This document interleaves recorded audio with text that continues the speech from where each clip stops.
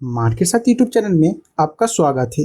इस वीडियो में हम देखेंगे राइट इशू और ऑफर फॉर सेल क्या होता है, कंपनी कब राइट इशू लाता है और कब ऑफर फॉर सेल लाता है ये भी देखेंगे और देखेंगे आसबा सर्विस क्या होता है। तो चलिए वीडियो को शुरू करते हैं।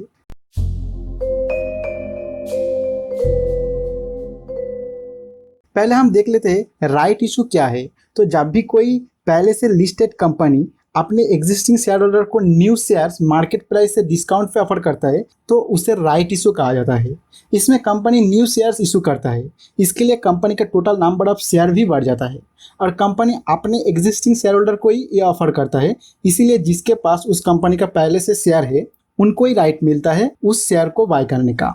किस शेयर होल्डर्स को कितना शेयर्स बाय करने का राइट मिलेगा ये डिसाइड होता है उनके पास पहले से कितना शेयर्स है उस कंपनी का, और इसके लिए कंपनी एक रेशियो फिक्स कर देता है जैसे 1:5। इसका मतलब कोई अगर इस कंपनी का 5 शेयर्स होल्ड करता है तो उनको 1 शेयर्स बाय करने का राइट मिलेगा।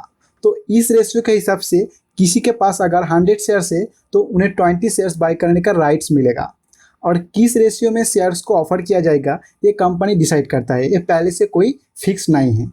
और कंपनी का शेयर स्टॉक एक्सचेंज में ट्रेड होता रहता है, इसके लिए कंपनी का शेयर होल्डर भी चेंज होता रहता है।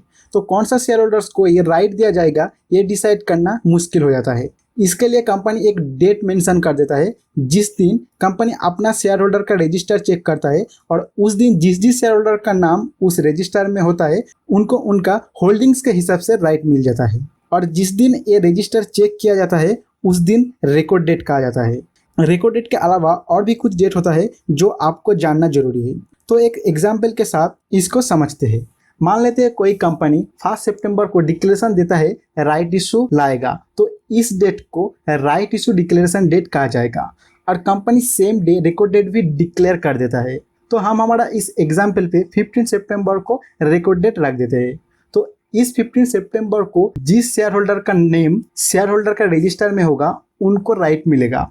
तो जिनके पास पहले से उस कंपनी का शेयर नहीं है उनको अगर राइट लेना है तो उनको 14 सितंबर से पहले ही शेयर को बाय कर लेना पड़ेगा, क्योंकि इंडिया में ट्रेडिंग साइकिल पूरा होता है T+2 डे में। तो कोई अगर शेयर को 14 सितंबर को बाय करेगा तो उनका डीमैट अकाउंट में शेयर आएगा 16 सितंबर को, तो उनका नेम 15 सितंबर को रजिस्टर में नहीं मिलेगा, और इसीलिए इस 14 सितंबर को EX राइट डेट कहा जाएगा, और 1 सितंबर से 13 सितंबर को काम राइट डेट कहा जाएगा। और कंपनी जब राइट इशू लाता है वो 2 टाइप का होता है, रिनाउंसेबल राइट इशू और नॉन रिनाउंसेबल राइट इशू।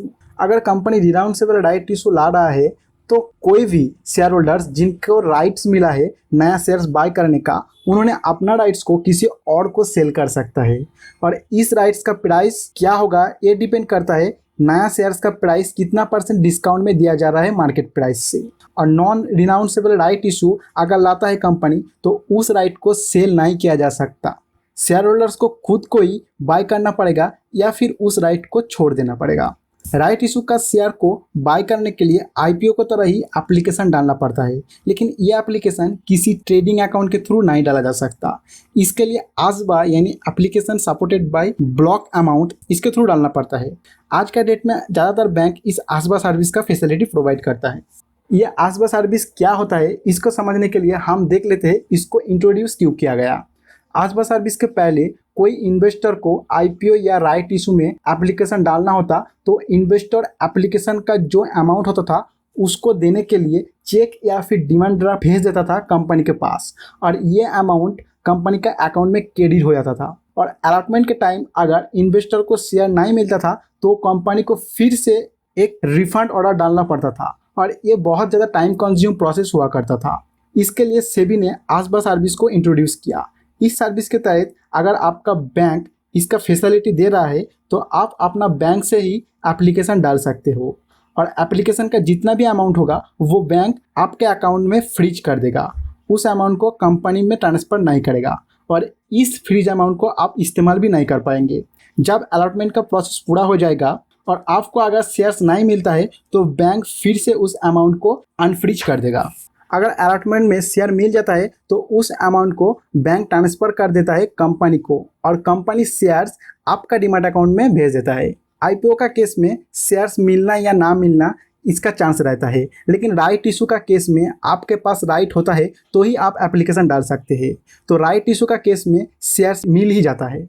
और आप जिस बैंक के थ्रू एप्लीकेशन डाल रहे हो, चाहे वो आईपीओ हो या फिर राइट इशू हो, उसके लिए आपका डीमैट अकाउंट को उस बैंक के साथ रजिस्टर करना पड़ेगा। और ये आप खुद फिजिकली बैंक जाके भी कर सकते हो या फिर बैंक का नेट बैंकिंग के थ्रू भी कर सकते हो। तो कैसे डीमैट अकाउंट को रजिस्टर किया जाता है बैंक अकाउंट के थ्रू, और आसबा सर्विस को इस्तेमाल करते हुए बैंक के नेट बैंकिंग के थ्रू आईपीओ और राइट इशू में कैसे एप्लीकेशन डाला जाता है, इसके ऊपर आपको अगर वीडियो चाहिए तो कमेंट में ज़रूर बताइए। अब ऑफर फॉर सेल को देख लेते हैं। इसमें कंपनी नया शेयर इशू नहीं करता है। कंपनी का प्रोमोटर के पास जो शेयर है वो शेयर सेल किया जाता है पब्लिक के बीच में। क्योंकि नया शेयर इशू नहीं किया जा रहा है तो इसीलिए कंपनी का टोटल नंबर ऑफ शेयर भी नहीं बढ़ता है। और ऑफर फॉर सेल में कोई भी शेयर्स बाय कर सकता है। इसमें किसी भी तरह का राइट किसी को नहीं दिया जाता है। चाहे आपके पास शेयर्स हो या ना हो उस कंपनी का, आप ऑफर फॉर सेल में एप्लीकेशन डाल सकते हो। ऑफर फॉर सेल पहले से लिस्टेड कंपनी भी ला सकता है या फिर कंपनी जब आईपीओ ला रहा है तब ऑफर फॉर सेल भी ला सकता है। तो आज का वीडियो में इतना ही। आपको अगर आईपीओ के बारे में डिटेल्स में जानना है और शेयर मार्केट क्या है बेसिक से समझना है तो आप हमारा ये 2 वीडियोस देख सकते हैं।